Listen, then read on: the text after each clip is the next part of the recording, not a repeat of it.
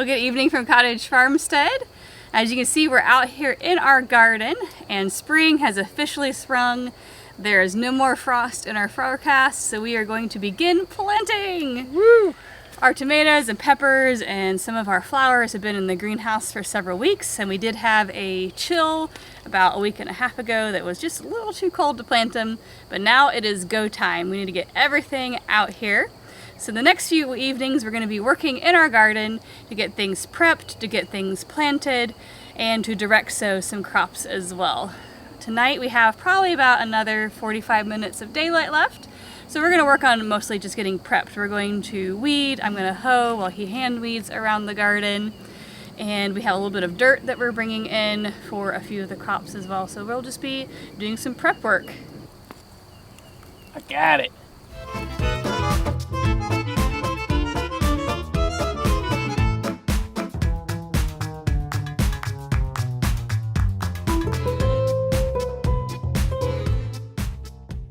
Well, good evening again from Cottage Farmstead. It is the next day.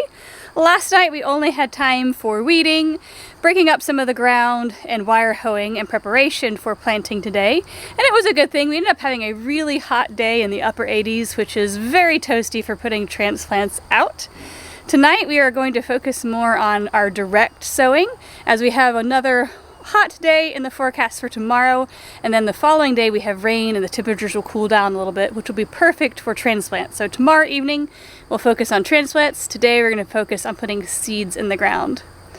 First up though, Farmer Nathan is actually over there behind me working on irrigation. We had a few drip lines that we ran last year that we are reconfiguring to run a little bit more efficiently this year. So he's working on getting that hooked up so that we can set it up to a timer so we don't have to worry about watering our plants throughout the hot, humid summers we have here. So earlier today I printed off my sowing schedule spreadsheet and went ahead and grabbed all of the seeds, as you see down there in my container down there, that I was going to direct sow. So I went through and made sure I had all those seeds pulled aside out of my seed containers to make it much more efficient to plant out here this evening. I also have my garden map here so that I know where I want to plant each of these things. So first up, I'm going to do my green beans. I took note that I had planned on putting my green beans in this first row of that quadrant, but earlier this spring we ended up planting asparagus and strawberries in that row. So I'm just shifting it over one. I had a few open beds that I wasn't sure what I was going to put in there, but since I do have that open space, I'm just going to shift the green beans down into that quadrant. This is seed that we saved from our garden the last 2 years. I have my 2022 seed in there as well as my 2023.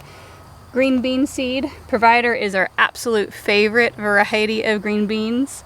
It produces prolifically and it tastes great and freezes great.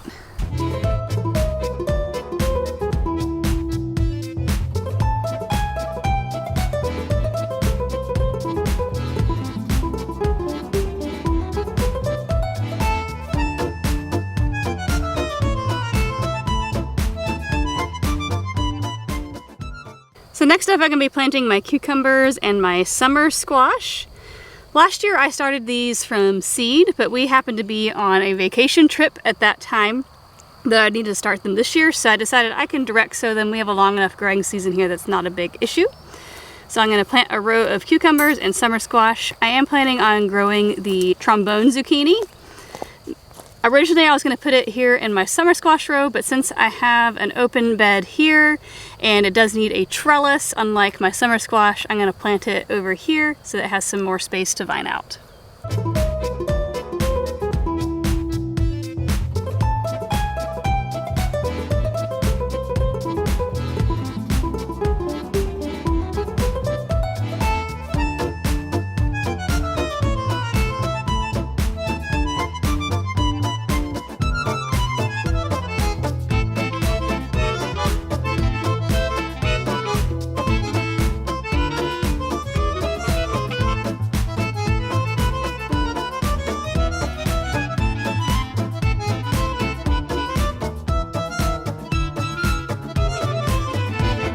With plumbing, you can never predict how it's going to go initially.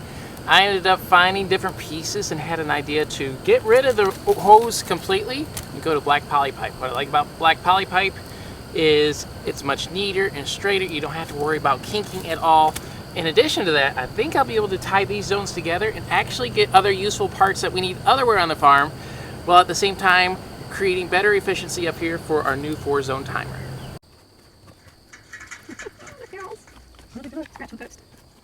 So we used to do this all with the screw hex drive, which is great if you need it to be movable, but otherwise I've been really liking these PEX crimps. This is a PEX B crimp, and all you need is this PEX tool, which has worked very well for us. Makes it easy to measure and clamp more securely. Only problem is you cannot, like we did here, move it if you need to. So that's the only downside, but this is going to be more permanent. So that's where it's much faster and you don't need electric tools to complete the system. So last year I grew my watermelons and cantaloupes in this outside row, and they had plenty of space to sprawl. And I was going to rotate them up here and have them growing in this bed, but when we were weeding last night we discovered we had some volunteer cantaloupes popping up, and volunteers are usually some of our strongest plants, so even though we're not rotating our crops around, I'm going to go ahead and plant some more melon seed in here and just grow them in the same spot this year. So like I did last year, I'm going to be growing the Tommy Apple Cantaloupe variety.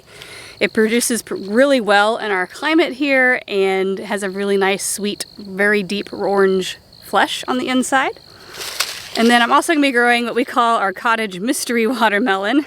Farmer Nathan collected seeds from what looked like a sugar baby type watermelon one year, and then we grew it the next year. We had huge watermelons, but they were just as sweet as the small ones that we had the previous year. So this was originally a volunteer that we've continued saving seeds from. These are seeds from last year's watermelons. We had some really large ones and they were all so very good. So we're going to continue growing this even though we don't know what variety it is. So the last thing I'm going to get planted tonight is my winter squash. These 4 quadrants over here were not here last year. They were just the grassy patch that you saw in the background of a lot of the garden tours last year. And we put this zone in this year to grow more of our crop garden. So we're going to put corn in here, we have our potatoes in here, and then we're also going to be putting our winter squash that needs to sprawl and takes all growing season to produce its fruit. So to get these zones started, we laid down a whole bunch of cardboard back in the fall to start killing off the grass. And we originally were hoping to save up for a really big load of compost, but instead we started saving for our baby that we're expecting this fall. So instead we've been using leftover microgreen soil media, old compost from Growing Green Family Farms. As you can see, Farmer Nathan is about to dump me a little pile there. So we have a thin layer of compost over the entire layer of cardboard. But in each of these plots, I'm going to plant my seed so they have a little bit more soil to get started. And then when their roots are a little bit more strong, they'll be able to go through the cardboard into our native clay soil underneath. So with my winter squash, I'm going for variety. I liked having spaghetti squash for certain dishes. I like having pumpkins for a lot of my baked goods. The Yuxie squash is a great butternut squash substitute that grows really well on our climate. Last year I tried growing this Kashaw variety, but we'd had such drought for about 3 months that I just couldn't get it to grow without irrigation. So I am looking forward to having all of these inside my deer fence and having irrigation on them this year. So hopefully I'll have a good winter squash harvest this coming year.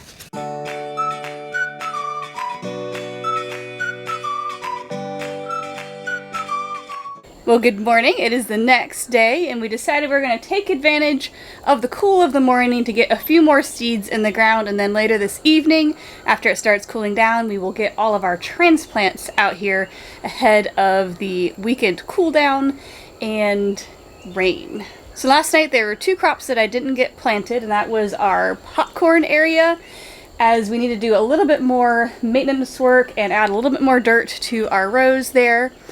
And it got dark on us, so we didn't get to that last night.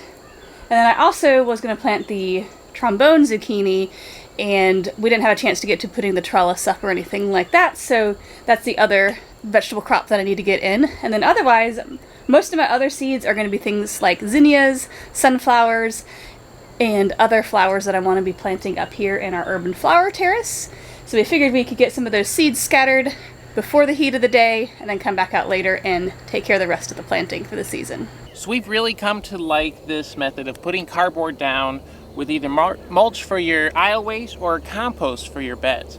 The reason is you can put this on solid grass. This was part of the pasture. We didn't even till this or touch it with a tractor or tiller or anything. And this is what you end up getting. Well, as you can see, cardboard. As you can see, the cardboard's already broken up. There's worms and pill bugs. But look there's no grass. It's broken everything down, fed the soil. That's nice and rich for down here in South Carolina.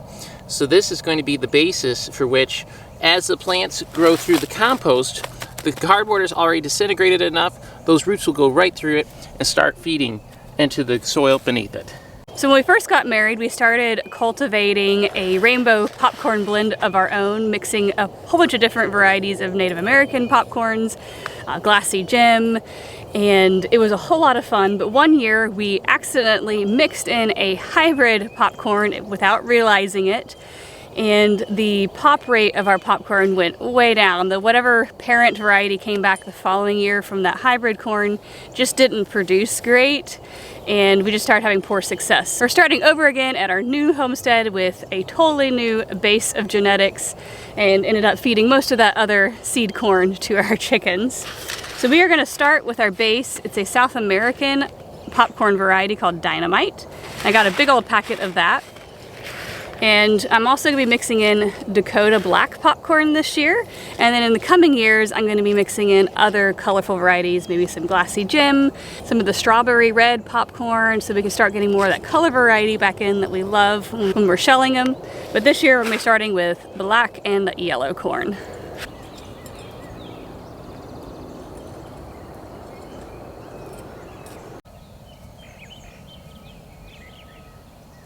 So next up, we are in our urban flower terrace, and we're going to plant my favorite type of zinnias, and that is the Queen Lime series. I think I have one in each color this year. I have the Queen Lime Orange. This is a new addition, the Lemon Peach variety, the Lime Blush, and then Johnny's had a mix of all the different colors, so I got a packet of those. And this is not necessarily in the Queen Lime family, but it has a similar color palette. Got this from Floret. And this is Zinderella Peach. It's in the same peachy color family as most of the Queen Lime series is. So I'm going to be planting these up in our urban flower terrace. Farmer Nathan just got the trenches dug for me, so we're going to get started on planting these.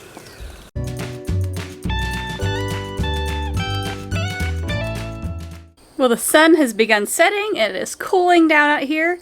So we are going to empty the greenhouse of all of our transplants and get as many of them in the ground as we can ahead of the rain that we're expecting tomorrow morning. And then the cloudy weather that will be perfect for helping the transplants adapt to living outside.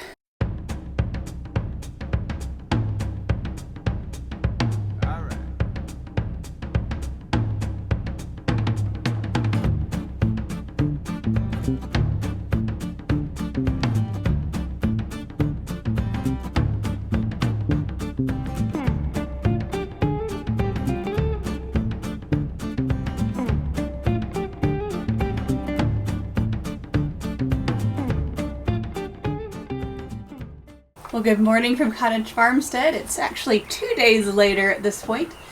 We planted until dark on Saturday night and even called in my sister-in-law to help us get everything planted we could before the rain. And thankfully we got absolutely everything in the ground that we wanted to.